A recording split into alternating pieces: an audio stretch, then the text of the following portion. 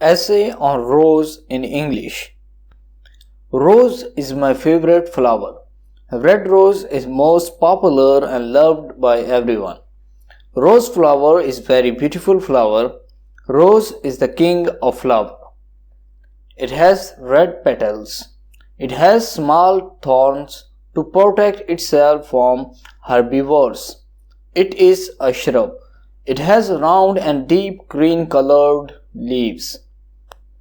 Rose is liked by all for its beauty and smell. Rose plants possess different types of color. It comes in red, orange, white, etc.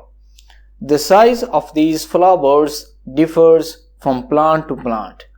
Rose plant is used in garden to decorate by people. It is used in perfumes because of its sweet smell. It is used in garlands. It is also known as woody plant. When the flower blooms, it looks very beautiful. It looks beautiful when it is on the plant, but as soon as it is plucked, it fades. The rose flower is one of the most known flowers in the world. It is popularly known as the flower of love. The rose has a small plant and has many branches.